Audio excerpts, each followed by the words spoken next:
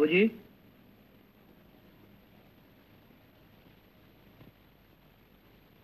Jailer साहब आपको बुलाता है।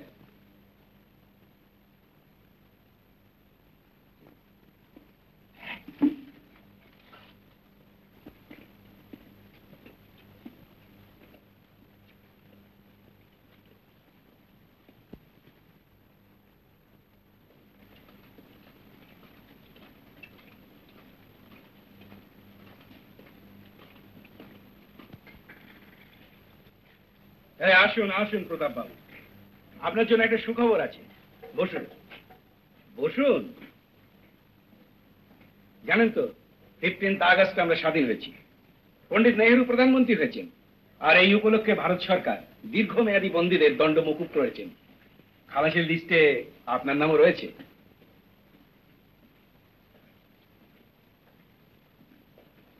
হ্যাঁ, 2-4 দিনের মধ্যেই আপনাকে ছেড়ে দিচ্ছি।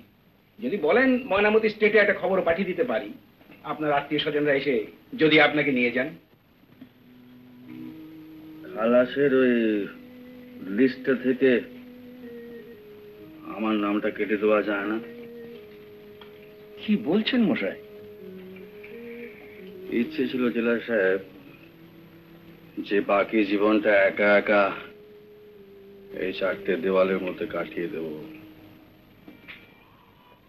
প্রায়শ্চিত্ত বলতে পারেন। প্রায়শ্চিত্ত তো 10 বছর ধরে করলেন প্রতাপ বাবু। জেলা সাহেব, আমি চেয়েছিলাম যে আমার ফাঁসি হোক, ফাঁসির হুকুমও হয়েছিল, কিন্তু কেন যে ভাইসরয় সাহেব সেটাকে মকুব করে আমার সারা জীবন কারাবাসের ব্যবস্থা করলেন। আপনি আমাকে অবাক করলেন প্রতাপ বাবু। জেলে আসার পর দিন থেকেই লোকে দিন গনে কবে সে খালাস পাবে, আর আপনি মানে আমি ঠিক বুঝতে পারছি না আপনি কি বলছেন। জেলা সাহেব, আমি যা কিছু করেছি সব ঠান্ডা মাথায় করেছি, ঠান্ডা মাথায় পুলিশের কাছে ধরা দিয়েছি। So I don't want any mercy. I don't want. আমাকে জেলেই থাকতে দিন, একটু একা থাকতে দিন প্লিজ। তা হয় না মিস্টার সিনহা, আইন আপনাকে আমাকে সবাইকে মেনে চলতেই হবে।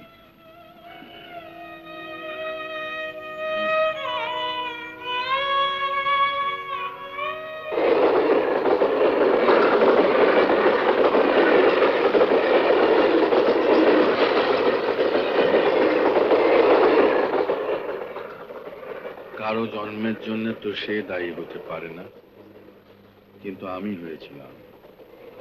আমার মা ছিলেন ময়নামতি রাজ পরিবারের রানীমার বিশ্বস্ত সঙ্গী। শুনেছি আমার জন্মের সঙ্গে সঙ্গে কলঙ্কের অপবাদ দিয়ে মাকে রাজবাড়ি থেকে বের করে দেওয়া হয়। এর অনেক পরে শুনেছি আমার জন্মের ইতিহাস। মা ছিলেন সব কলঙ্কের বাইরে। তাতে রাজপুত্রের কোনো দুঃখ নেই। রাজপুত্র বললে আমি নিজের পরিচয় বড় হব, সমস্ত দেশ জয় করে বেড়াব। এই না বলে রাজপুত্র ছুটলো পঙ্খিরাজ ঘোড়া নিয়ে পাতাল কন্যার দেশে। পথে ব্যঙ্গনা ব্যঙ্গনি রাজপুত্রকে রাস্তা বলে দিলে পাতাল দেশের কন্যাকে তখন রাক্ষসীরা সোনার কাঠি রূপোর কাঠি মাথায় ছুঁয়ে ঘুম পাড়িয়ে রেখেছে। এমন সময়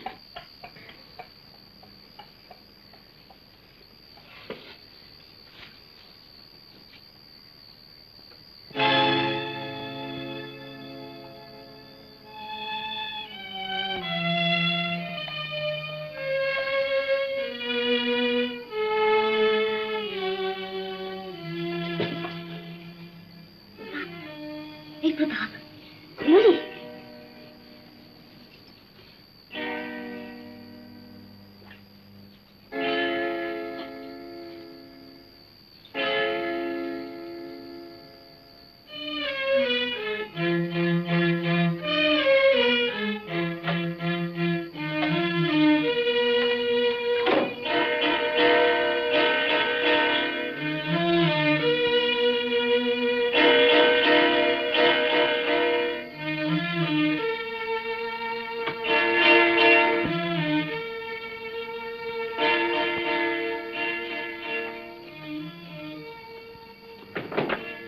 আবার আপনি এসেছেন?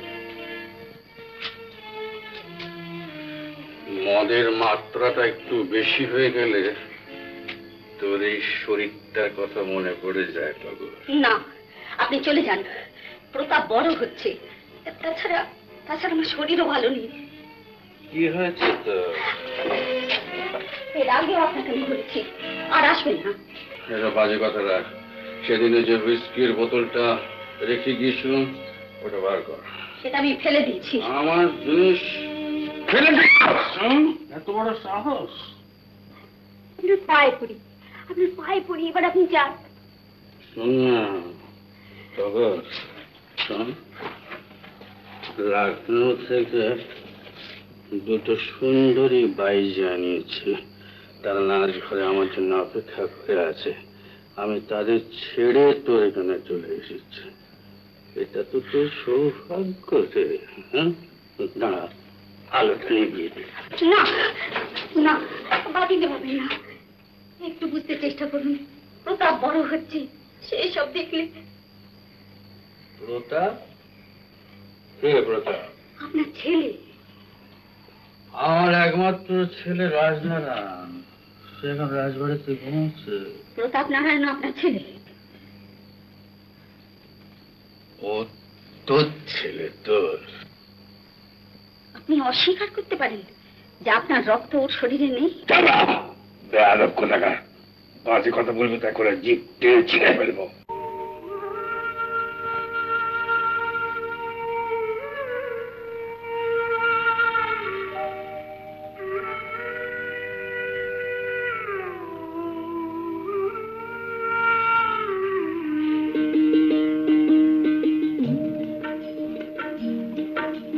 কারো জন্মের জন্যে কেউ দায়ী নয় রে ভাই, কেউ দায়ী নয়। কারো জন্মের জন্যে কেউ দায়ী নয় রে ভাই, কেউ দায়ী নয়। সবার উপর মানুষ তো চণ্ডীদাস ঠাকুর কয়, সবার উপর মানুষ তো চণ্ডীদাস ঠাকুর কয়। কারো জন্মের জন্যে কেউ দায়ী নয় রে ভাই, কেউ দায়ী নয়।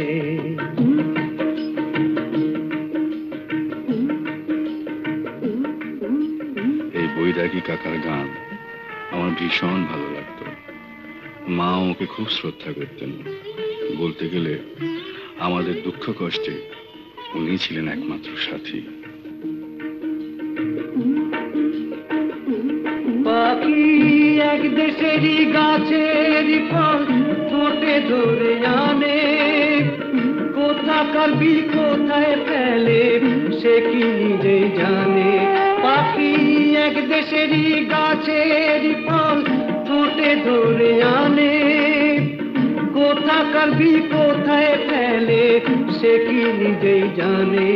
সেই বীজ থেকে একদিনই ভাই বট বৃক্ষ হয়, সেই বট বৃক্ষ দেয় যে ছায়া ঝড় ঝাপট সয়। কেউ দায়ী নয় রে ভাই, কেউ দায়ী নয়। কারো জন্মের জন্যে কেউ দায়ী নয় রে ভাই, কেউ দায়ী নয়।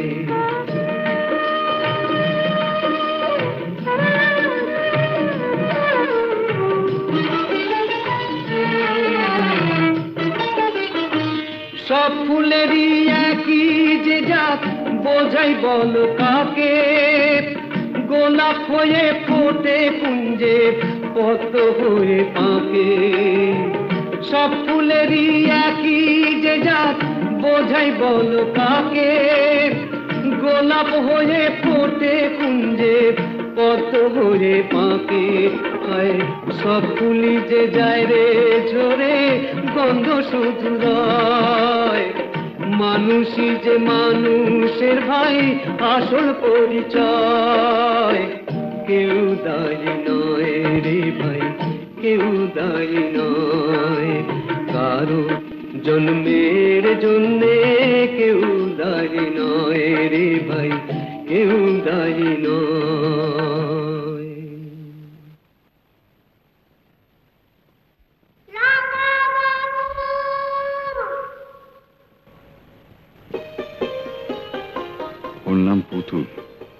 গ্রামের দমেদের মেয়ে, ওরা ভীষণ ছোট জাত, ওদের হাতে কেউ জল খেত না। কিন্তু আমাদের বাড়িতে ছিল ওদের অবাধ গতি। আমার মা জাত টাত কিছু মানতেন না, বলতেন ওরাও তো আমাদের মতো মানুষ। তাই পুতুল ছিল আমার ছেলেবেলার একমাত্র সাথী। রামাবাবু, ও রামাবাবু, মুড়ি খাবে? আমি বাড়ি থেকে মুড়ি নিয়ে আসবো। রামাবাবু, যা যা নিয়ে। আই পুতুল, আই পুতুল, শোন শোন। কি? মুড়ি আনতে হবে না। কেন? চল, ওই ভাঙা মন্দিরে পেয়ারা হয়েছে, ডাসা ডাসা পেয়ারা, চল খাবো চল। ইস, কি দারুণ মজা হবে।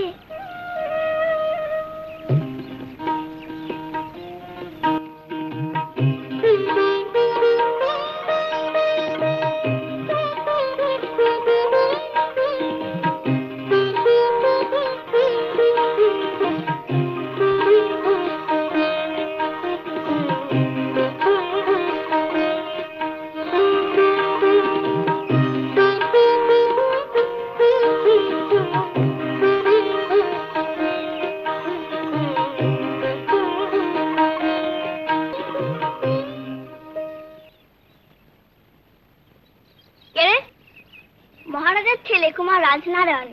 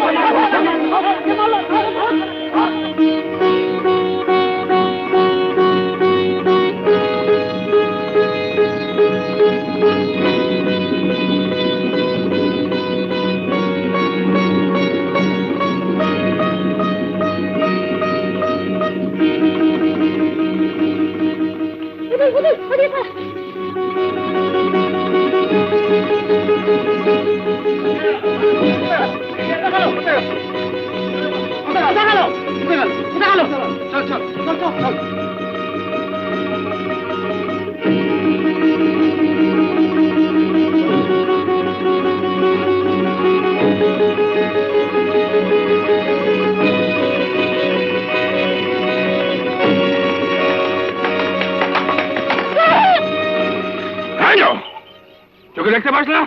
উল্লুকের মতো দৌড়চ্ছিস? কোথায় থাকিস? কি নাম তোর? আমার নাম প্রতাপ নারায়ণ সিংহ, বাবার নাম শ্রী ভৈরব নারায়ণ সিংহ। ছেড়ে ফেলে দেবো।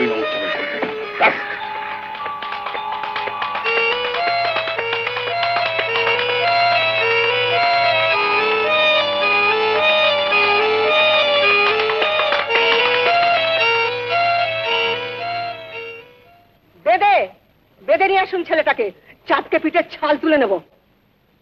রাজা বাহাদুর ঠাকুর ঘরে পুজো করছেন, এই সময় কথা বলার সুযোগ? দাদাকে জিজ্ঞেস করার কিছু নেই, এটা আমার হুকুম। এত বড় সাহস, জেনে শুনে রাজনারায়ণকে মারার চেষ্টা।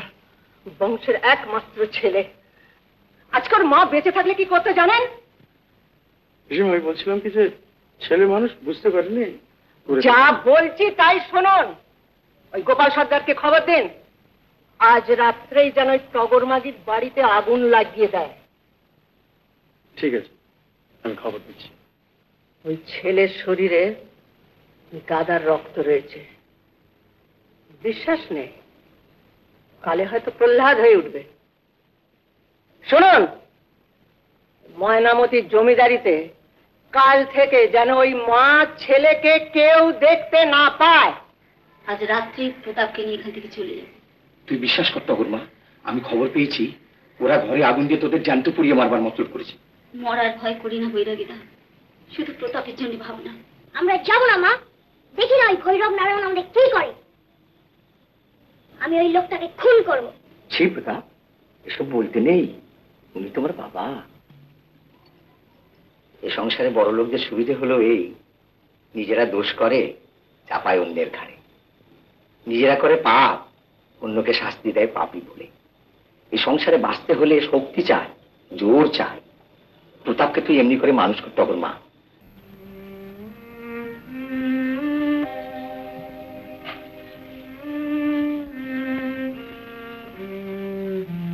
প্রতাপের মা, ও প্রতাপের মা, তোমার বাসন মাজা শেষ হলো?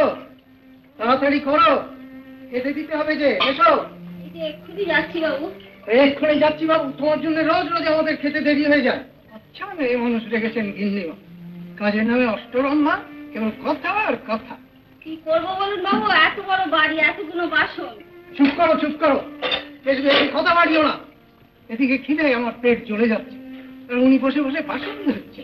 যেমন যখন দেখি তখনই দেখি বাসন মাজছে। মার খুব ইচ্ছে ছিল আমি যেন ভালোভাবে পড়াশোনা করি, তাই মা অনেক চেষ্টা করে অনেকের হাতে পায়ে ধরে আমাকে শেষ পর্যন্ত এক স্কুলে ভর্তি করে দেন। তোমরা নিশ্চয়ই শুনে আনন্দিত হবে, আমার সাবজেক্ট অর্থাৎ ইংরেজিতে তোমরা সবাই ভালোভাবে পাস করেছো। তোমার নাম? শ্রী প্রতাপ নারায়ণ সিংহ। বাবার নাম? রাজা বাহাদুর শ্রী ভৈরব নারায়ণ সিংহ। রাজা বাহাদুর? তোমার বাবা কোথাকার রাজা? ময়নামতি রাজ স্টেটে। রাজা বাহাদুরের স্ত্রী মানে প্রতাপের মা আমাদের বাড়িতে ঝিয়ের কাজ করেছে, মাস 5 টাকা মাইনে পায়।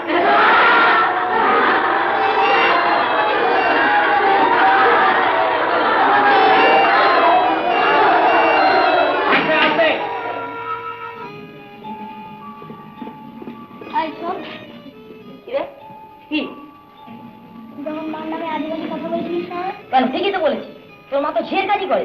ঠিক আছে তো, ভালো। বাবার কথা হচ্ছিল, তুই মার নাম কথা বললি না? তুলেছি, বেশ করেছি। রাজার রক্ত শরীরে থাকলে তো কেমন ঝিয়ের ছেলে থাকতে হতো না। তোর তো ছোট যা।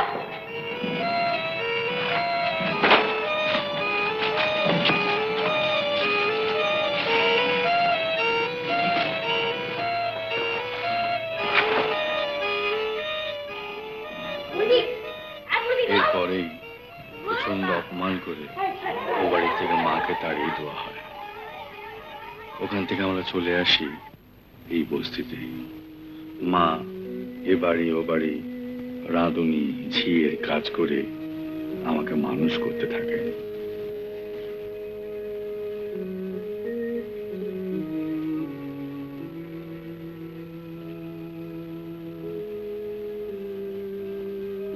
বিএ পাশ করার পর মার ভীষণ ইচ্ছে ছিল আমি আইন পড়ি, আইনজ্ঞ হই। আমি জানি মার মনের গভীরে একটি মাত্র ইচ্ছেই ছিল, মাঝে মাঝে উনি সে কথা বলতেনও।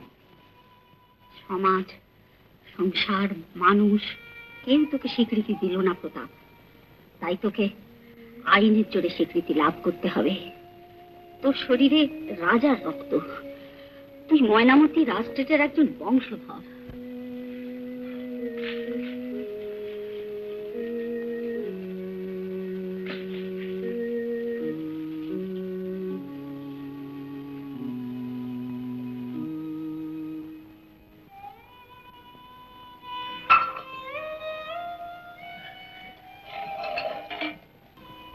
সে সময় মাকে দেখলে আমার ভীষণ কষ্ট হতো।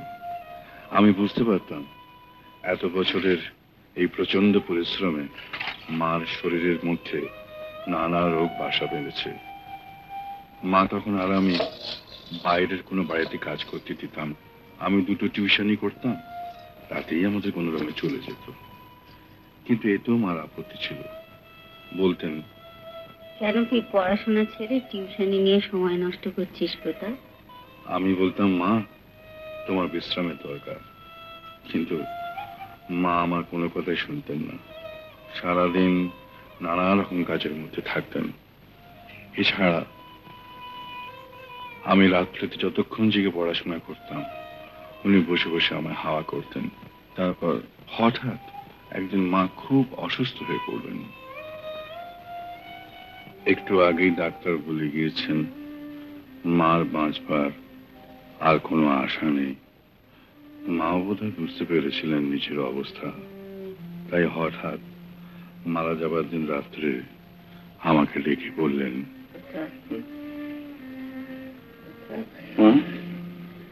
আমাকে কথা দে, আমাকে প্রতিজ্ঞা কর, আমাকে ছুঁয়ে বল, যদি কখনো ময়নামতি যাস, কারোর কাছে মাথা নিচু করবি না, মাথা নিচু করবি না, ভিক্ষে চাইবি না, তোর যা দাবি তুই জোর করে আদায় করবি, প্রমাণ করবি তুই রাজবংশের একজন।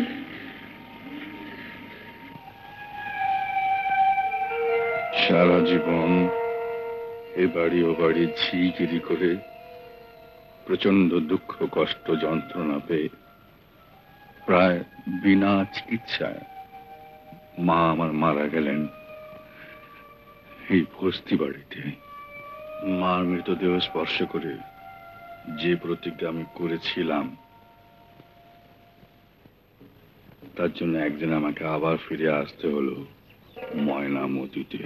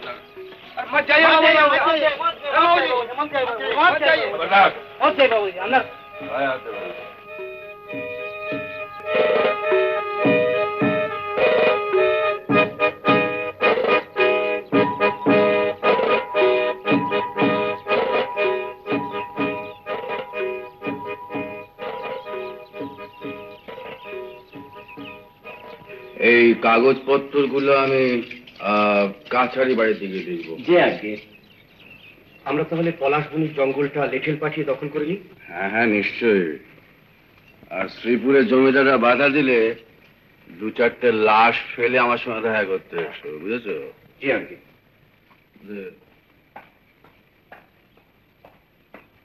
আজ আমাকে কিরকম দেখলে ডাক্তার?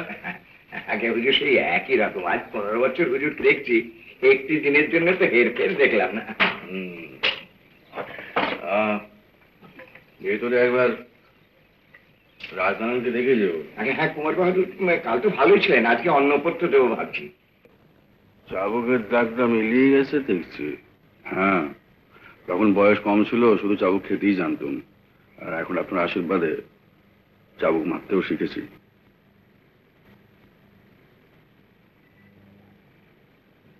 তোমার মা কোথায়? মা মারা গেছে। কি চাই তোমার এখানে? এটা আমার বাড়ি, আপনি আমার বাবা, তাই এখানে থাকতে এসেছি। কেন তোমার মাকে এ বাড়ি থেকে তাড়িয়ে দিয়েছিলাম তা তুমি জানো? জানি। তাহলে কোন সাহসে আবার এ বাড়িতে এসেছো? সাহসের পেছনে একটা দাবিও আছে। তোমাকে মেরে তোমার লাশ আমি গুম করে ফেলতে পারি তা তুমি জানো? একটা কাক পক্ষী তো টের পাবে না। আপনি ভুল করছেন। আমি আপনার প্রজা নই। এসব হুমকি আপনার এই প্রজাদের দেবেন। আমার বেলা একটু অসুবিধা হবে। রাম সিং, সরদার, শুনুন শুনুন, মাথা গরম করবেন না। আমি আপনার এখানে আসবার আগে জেলা সাহেব ম্যাজিস্ট্রেটের সঙ্গে দেখা করে এসেছি এবং তাকে বলে এসেছি যে আমি আপনার সঙ্গে দেখা করতে আসছি। আপনি প্রয়োজন পেতে হয়তো আমাকে খুনও করতে পারেন।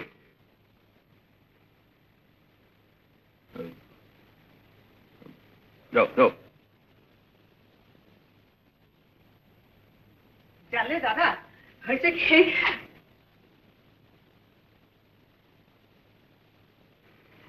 একেবারে দাদার মতন দেখতে।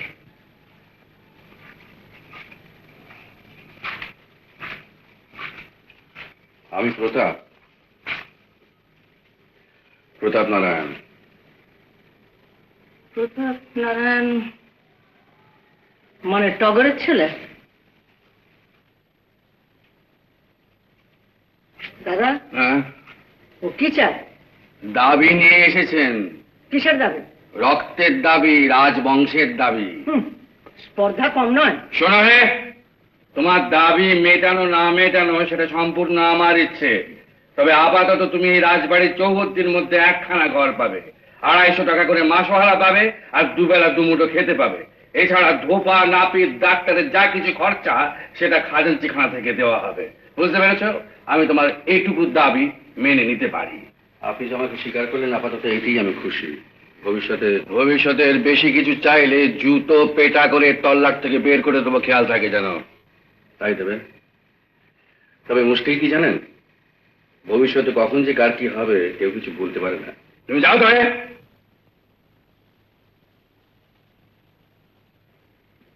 শোনা, তুমি মনে করো না যে সমস্ত ব্যাপারটা আমি ভয় পেয়ে মেনে নিলাম। ওই যে সাহেব ম্যাজিস্ট্রেটের কথা বললে না, ওটি আমার কেনা, আর তার জন্য মাসে মাসে আমাকে কিছু খরচাও করতে হয়।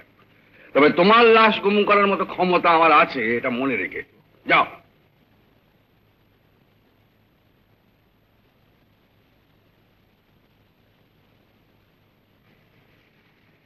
দাদা, টগরের ছেলেটাকে তুমি স্বীকার করে নিলে? ওই যে তুই বললি না কিন্তু যে আমার চেহারার সঙ্গে মিল আছে, তাই কিরকম দুর্বল হয়ে পড়লাম। তবে শিকার ওকে আমি করিনি, কোনোদিন করবো না। ওই রাজবাড়ির আরো 10টা পুষ্যির মতো যেমন খায় দায় সবাই থাকে, এমনি থাকবে, খাবে দাবে, কিছু কিছু মাস পরা পাবে।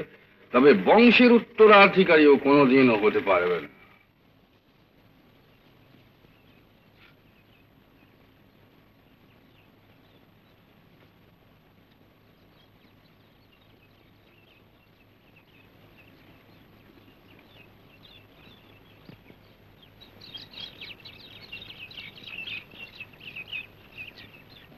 সাধুচরণ, এদিকে।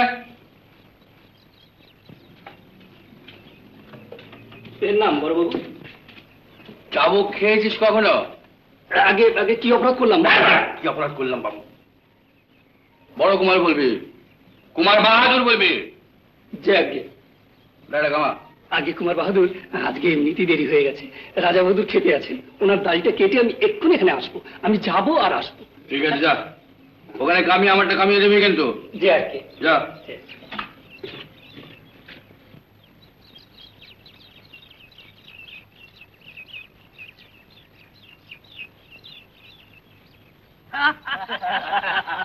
আরে বুঝলে ভাঙা, এই রাজনারায়ণের হাতে টিপের তুলনা হয় না। দেখুন না, দেখো না, একটুর জন্য ফসকে গেল। ঠিক আছে, ঠিক আছে, এবারে লাগবে না। এবারে কি দরকার? লাগা ভাঙা কর। ওই দেখি, আরে এই আপনারা দাদা রাজনারায়ণের হাতে টিপ একবার দেখুন। দেখুন, হ্যাঁ, আচ্ছা টিপ দেখুন। আবার ফসকে গেল। হ্যাঁ, এবার তুই লাগাম না। দেখি আমাকে দে তোরে। দাদা, ওরা অভ্যেস আছে নাকি? দাঁড়া না, রাজনারায়ণ পারলো না। দাদা দেখি না, দেখা যাক, দেখুন দেখা।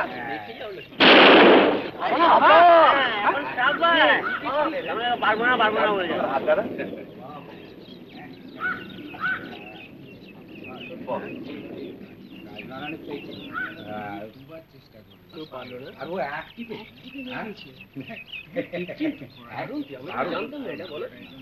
রাজু, ঘোড়াটা কার রে? আমার। তোর ঘোড়া? হ্যাঁ। আগে তো দেখিনি। হ্যাঁ, নতুন। কত দাম নিল? আমি ঠিক জানি না, বাবা আমায় দিয়েছে।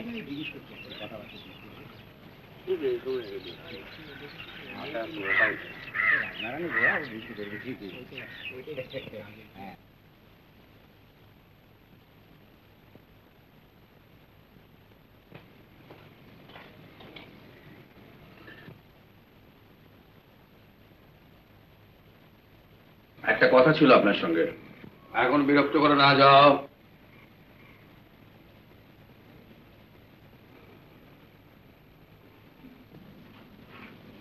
পিসিমা, বাবা রাজুকে নতুন ঘোড়া কিনে দিয়েছে। আমার ঘোড়া কোথায়? সেটা রাজা বাহাদুরকে জিজ্ঞেস করো। না না না, আমি সব লক্ষ্য করছি, এখানে কিন্তু ভালো হচ্ছে না খুব। কি ভালো হচ্ছে না? রাজুর বেলা যে ব্যবহার করা হয় আমার বেলাটা হয় না। সেটা করা সম্ভব না, কারণ রাজনারায়ণ একমাত্র বংশের উত্তরাধিকারী। কিন্তু আমি তার দাদা। চুপ কর, বেজা ছোট লোক কুলাঙ্গার। উঁচু গলায় কথা বলবি তো মুখ ভেঙে নেব।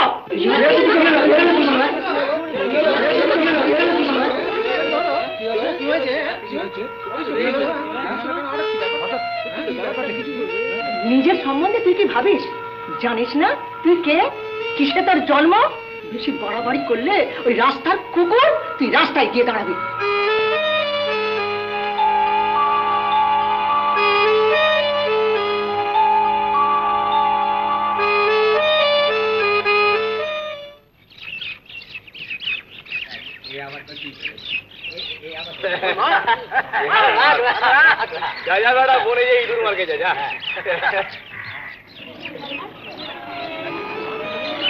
সেটা করা সম্ভব না, কারণ রাজনারায়ণ একমাত্র বংশের উত্তরাধিকারী।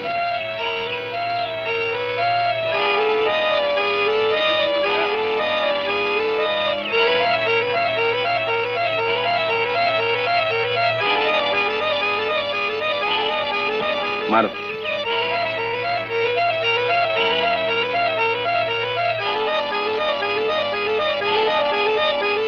কি হলো, মারো। দাদা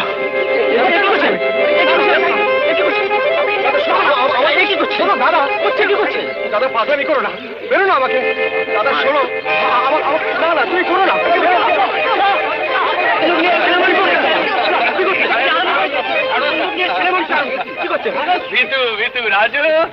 রাজু তুই 1 নম্বরের ভিতু। হ্যাঁ আচ্ছা, তোকে আমি মারতে পারি? তুই আমার ভাই না? পাগল কোথাকার। এইভাবে বুকের উপর টার্গেট করলে কেউ ভয় না পেয়ে পারে? আচ্ছা নে, বন্দুক ধর, ধর বন্দুক ধর, আমার বুকে টার্গেট কর। তুই কি বলছো দাদা? এই দেখ, পাচ্ছিস না কিরকম ভীতু দেখেছিস? ভালো করে প্র্যাকটিস কর, একেবারে বুলসাই হিট করা চাই, বুঝলি? চলি।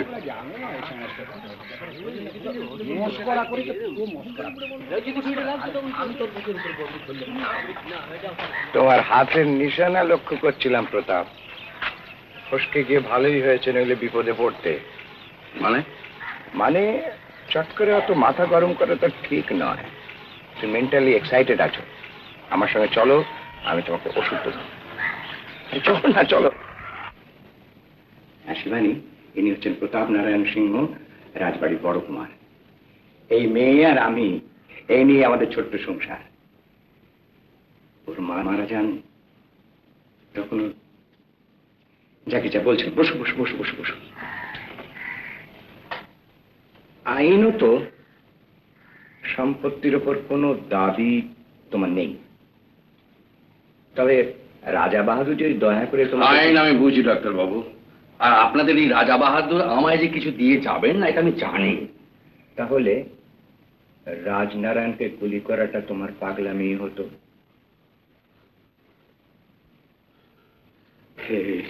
এই লোকটা আমার মাকে ঠকিয়েছে, আমার মায়ের সারা জীবনটা নষ্ট করে দিয়েছে। এইসব কথা যখন আমার মনে আসে তখন আমার মাথা মধ্যে আগুন জ্বলে উঠে ডাক্তারবাবু। আমি তখন পাগল হয়ে যাই, পাগল হয়ে যাই, বিশ্বাস করুন না। দেখো হে, নবাব বাদশাহ রাজা জমিদারের কাছে এসব কিছুই নয়, খেলা। ওদের কাছে খেলা হতে পারে ডাক্তার বাবু, কিন্তু যাদের জীবন নিয়ে খেলা হয় তাদের কাছে অনেক কিছু। ডাক্তার বাবু, আমার মাকে যা দেওয়া হয়নি আমাকে তা দিতে হবে, আমাকে স্বীকার করতে হবে ওই রাজবাড়ির একজন বলে।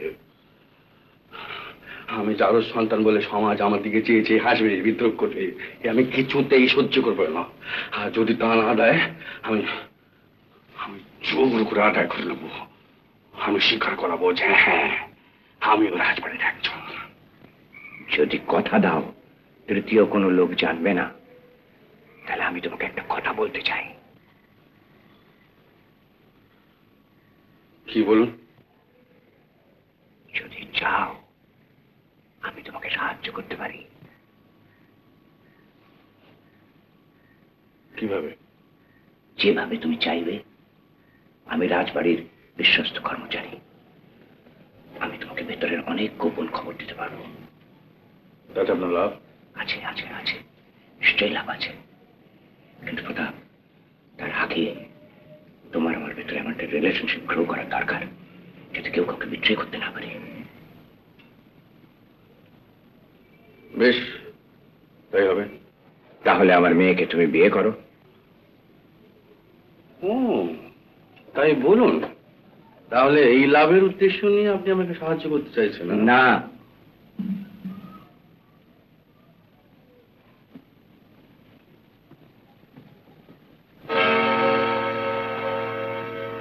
এই আমার স্ত্রী। তখনও সে বেঁচে ছিল। সেদিন ছিল প্রচন্ড ঝড় জলের রাত।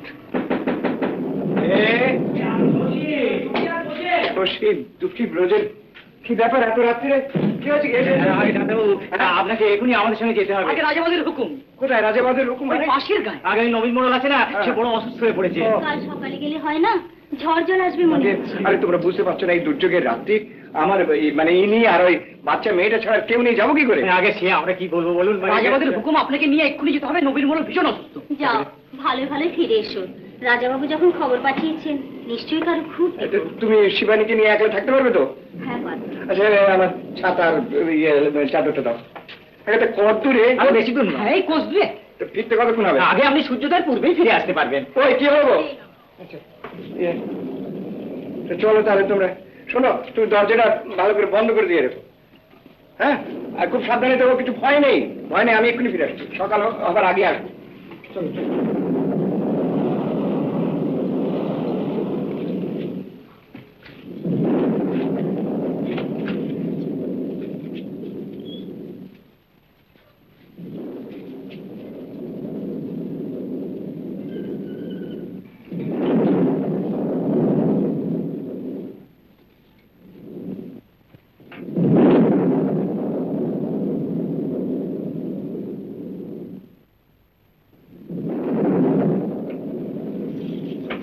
শিবানী, ঠিক করে শোল তো মা।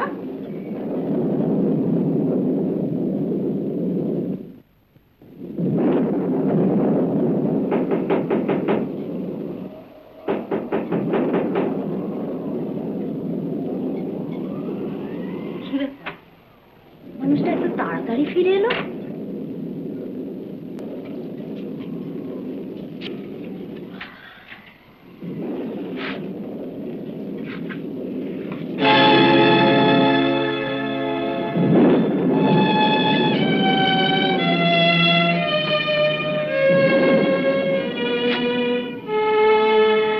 আমাকে চিনতে পারছো?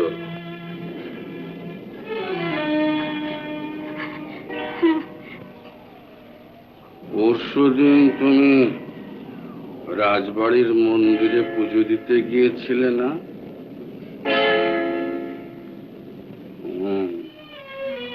সেদিন তোমাকে দেখে আমার শরীরটা কিরকম গলে উঠেছিল। তাই আজ ভালো করে দেখতে এলাম। আপনি কালকে আসুন, উনি তো এখন বাড়ি নেই। আমি জানি, আমি আসবো বলেই তো তোমার স্বামীকে এখান থেকে সরানো হলো। আমাকে এত ভয় পাওয়ার কি হলো? কাছে এসো না, কানে দু চারটে মিষ্টি মিষ্টি কথা বলবো, তারপর চলে যাবো।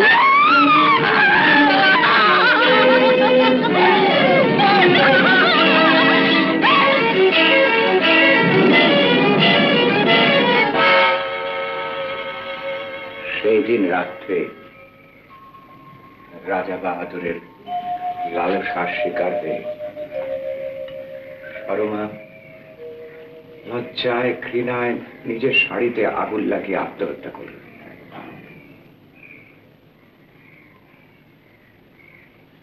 এটাই হলো তোমাকে সাহায্য করার আমার কারণ।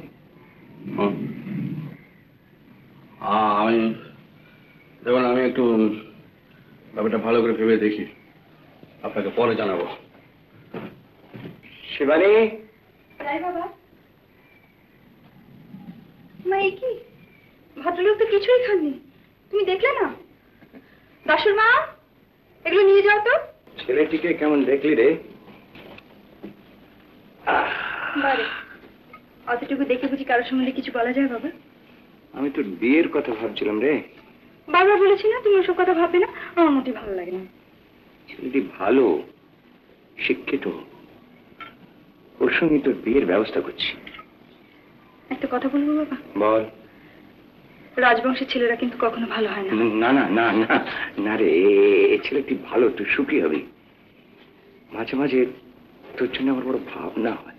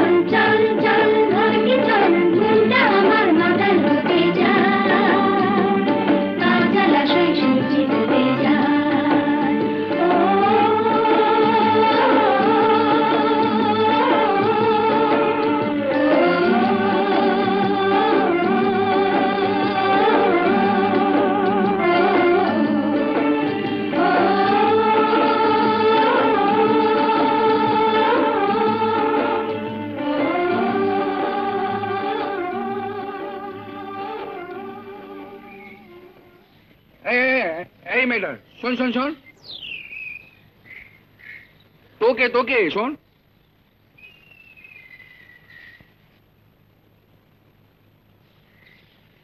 বলেন বাবু। হ্যাঁ রে, মেয়েটা কে রে? কোন মেয়েটা? আরে ওই যে লম্বা মতো সামনে সারিতে নাচছিল, খালি পিছন পিছনে থাকা ছিল কে? ও তো পুতুল, মতি জমি মেয়ে। পুতুল? পুতুল মতি জমি? আরে হ্যাঁ হ্যাঁ, মনে পড়েছে। আরে পুতুল, শোন শোন শোন শোন, এদিকে শোন না, এদিকে আয় না।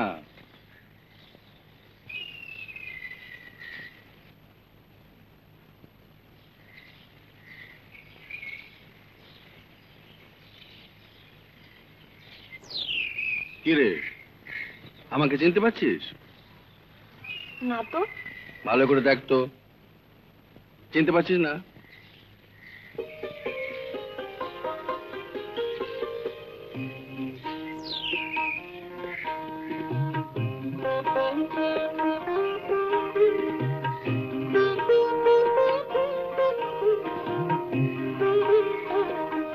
কি রে,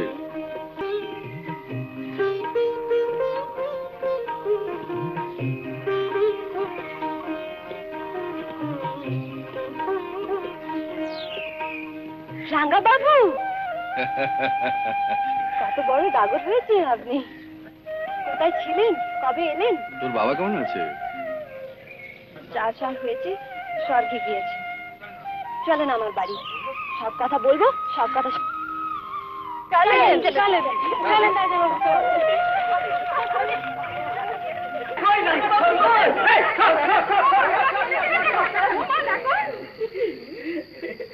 রাঙা বাবু, তোমাকে এতটুকু দেখেছিল, এখন কত বড় জুয়ান হয়েছে।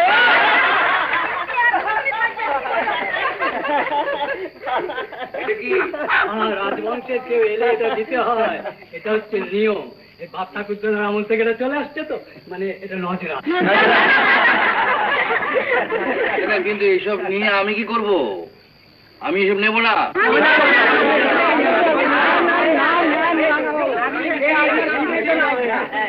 আমাদের দেওয়া কর্তব্য। রাজাকে খুশি করার জন্য যে যা পারে দিয়েছে, তাকে কি ফেরত নেওয়া যায়? কিন্তু আমি তো রাজা নই আফজল কাকা। ওই রাজবাড়ির লোকেরা আমাকে রাজা বলে স্বীকার করে না। বুড়ো বয়সে রাজা বাহাদুরের মাথা ঠিক নেই। নিজের রক্তের সন্তানকে কেউ অস্বীকার করে গা। আমরা বাবু জানি তুমি ওই রাজবংশের বড় রাজকুমার। আমাদের দিদি ঠাকুর কেমন আছেন গো? তোমার মা? আহা, সত্যি দিদি ঠাকুর আমাদের সাক্ষাৎ ভগবতী ছিল। আরে বাবা, আমাদের দুঃখ কষ্টে সে কত নাকি করেছে গো। মাসি, মা অনেকদিন হলো মারা গেছে। হ্যাঁ, যক্ষা রোগে মারা গেছে। না খেতে পেয়ে বিনা চিকিৎসায় একটা নোংরা বস্তির মধ্যে। দেখে ওসব কথা ছেড়ে দাও। অনেকদিন পরে তোমাদের মাঝখানে এসে বড় ভালো লাগছে। মনে হচ্ছে কত সব আপনজনের মধ্যে ফিরে এলাম। বাবু, তুমি আবার আসবে তো? হ্যাঁ হ্যাঁ, আসবো আসবো আসবো, রোজ আসবো।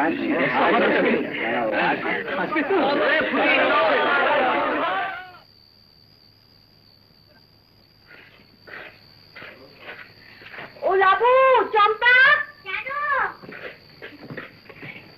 একটু কাশিম দাদা কাছে খেতে নিয়ে ভালো করে রান্না করে খাবো খাবে।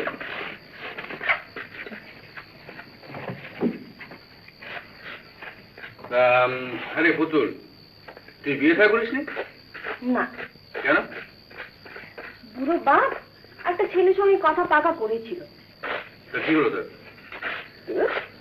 আমি রাজি করি। কেন? জোয়ান পুরুষ কাজ কাম কিছু করে না, কেমন মদ আর ওই জুয়া খেলা নেশা, কেমন মদ দিয়ে করে। তাহলে পুতুল, তোর ছেলেবেলার কথা কিছু মনে পড়ে? একটু একটু। বাবা, যা রাগী মেজাজ ছিল আপনার। আর সেই জন্যই বোধহয় একমাত্র তুই ছাড়া আমার কাছে আসতে কেউ সাহস করতো না, তাই না?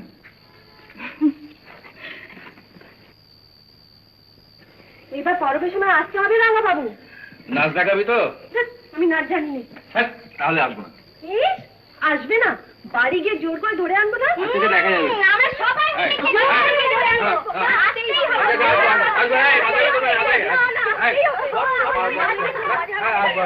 কি আরে পুতুল রান্না কর, কি বলছি যাবা বল, খিদে পেয়ে গেছে। আগে রাজা বাহাদুর, এই প্রতাপবাবু আজকাল বড় বাড়াবাড়ি শুরু করেছেন। কিরকম?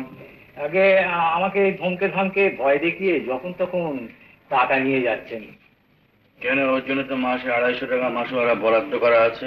আগে সে তো নিচ্ছেনই, তার উপরও 1000-1500 টাকা বেশি নিয়ে যাচ্ছেন। এত টাকা নিয়ে কি করে, কোনো খবর রেখেছো? ওই যৌবন বয়সের দোষ একটু আছে, অবশ্য সেটা খুবই সামান্য, এমন কিছু নয়। ওই রেডিও কিনছেন, ঘড়ি কিনছেন, তারপরে নানা রকম জিনিসপত্র কিনছেন। আবার শুনলাম আজকালে একটা নতুন মোটর গাড়িরও নাকি বায়না করেছেন। আজকাল বেশি টাকা খরচা করছেন বই কিনে। বই? আগে হ্যাঁ, কলকাতা, বোম্বাই, লন্ডন থেকে প্রতি সপ্তাহে প্যাকেট প্যাকেট বই আসছে। কি বই? আগে নানা ধরনের বই, এই প্রেমের গল্প, রহস্যের গল্প, ভূতের গল্প, খুনের গল্প, তবে বেশিরভাগ বই ডাক্তারি শাস্ত্রের। ডাক্তারি বই? আগে হ্যাঁ। ডাক্তার বই?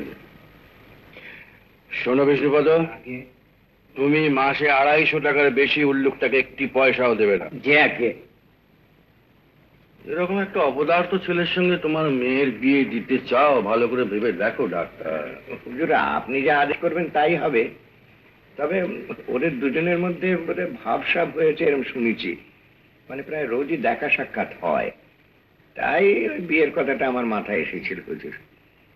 বিয়ে তুমি দিতে পারো, তবে রাজবাড়িতে কোনো অনুষ্ঠান হবে না, কেননা ও রাজবংশের কেউ নয়। তাও তো মোটে 250 টাকা মাসোয়ারা, তাতে তো নবাবী ঢং কিসে তোমার?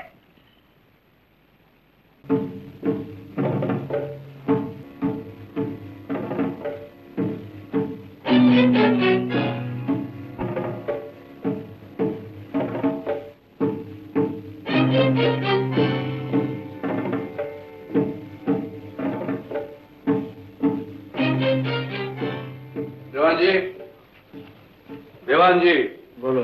আমার কিছু টাকা চাই। মাফ করো, রাজা বাহাদুরের হুকুম, মাসিক বরাদ্দ ছাড়া কাউকে 1 পয়সা বেশি দেওয়া যাবে না। ওইসব হুকুম টুকুম আমি কারো মানি না। আমাকে মানতে হয়, আমি তো চাকরি করি। আমার মাসোহারা কত? বছরে 3000 টাকা। আমার সংসার বড় হয়েছে জানেন? জানি। মাসে মাসে আমার কিছু বইপত্র কেনার অভ্যেস আছে, সেটাও জানেন? জানি। তাহলে এটাও আপনি নিশ্চয়ই জানেন যে মাসে 250 টাকা আমার চলে না। আমি জানলেও আমার কোনো উপায় নেই প্রতাপ, এ কথা তুমি রাজা বাহাদুরকে বলো। আপনি আগে থেকে সব কথা জেনেও কেন এতদিন বলেননি? আপনি স্টেটের দেওয়ান, প্যালেসের সবাই খবর রাখাটা আপনার কাজ নয়? তুমি মাথা গরম করছো কেন প্রতাপ? সবসময় কি সব কথা মনে থাকে? রাজনারায়ণের বাড়িতে সব কথা মনে থাকে। কত মাস ভাড়া পায় রাজনারায়ণ? তার কিছু ঠিক আছে?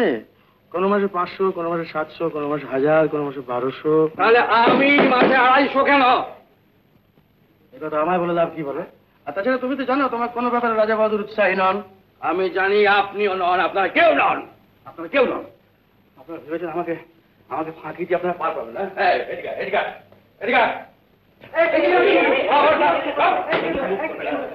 বসুন বসুন বসুন বসুন, তাহলে কুকুরের মতো গুলি করে মারবো। বসুন আপনারা, বসুন, যে যেখানে কাজ করছেন তেমন কাজ করুন।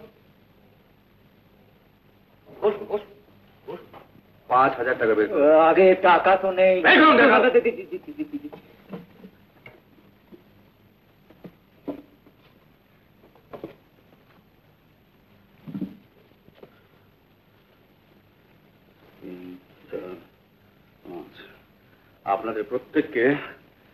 আপনাদের প্রত্যেককে এইভাবে সাহায্য করতে হবে।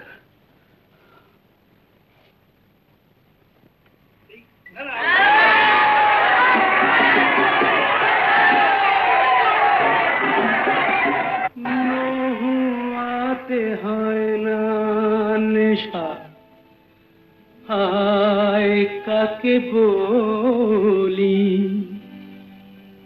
অন্য নেশায় মাতাল আমি, একই জ্বালায় জ্বলি। মহুয়াতে হয় না নেশা, হায় কাকে বলি, অন্য নেশায় মাতাল আমি, একই জ্বালায় জ্বলি। মহুয়াতে হয় না নেশা।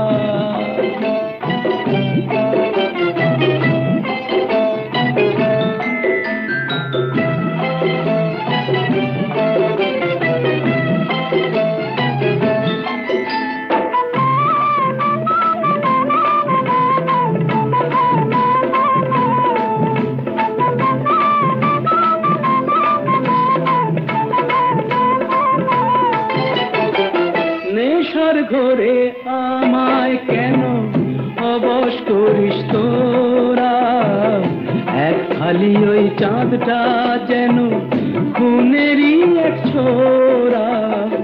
নেশার ঘোরে আমায় কেন অবশ করিস তোরা, এক খালি ওই চাঁদটা যেন খুনেরই এক ছোরা। বদলা নেব খেলবো এবার রক্ত আবির হোলি গাভা। বদলা নেব খেলবো এবার রক্ত আবির হোলি, বদলা নেব খেলবো এবার রক্ত আবির হোলি। মহুয়াতে হয় না নেশা হায় কাকে বলি, অন্য নেশায় মাতাল আমি একই জ্বালায় জ্বলি। মহুয়াতে হয় না নেশা।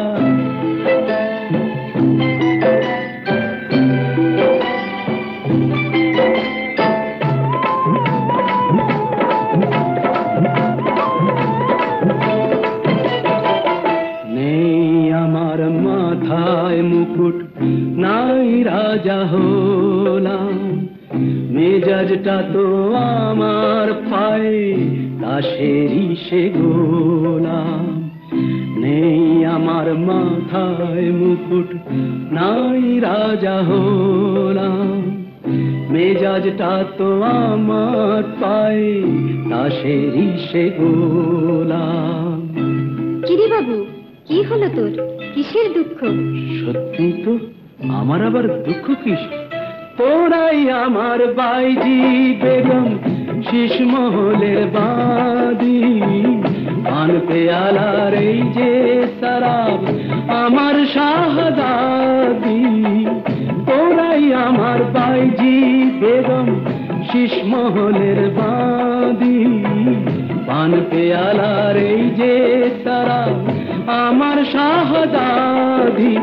মনটা আমার খুনে রাঙা লাল গোলাপের কলি গা। মনটা আমার খুনে রাঙা লাল গোলাপের কলি, মনটা আমার খুনে রাঙা লাল গোলাপের কলি, মনটা আমার খুনে রাঙা লাল গোলাপের কলি।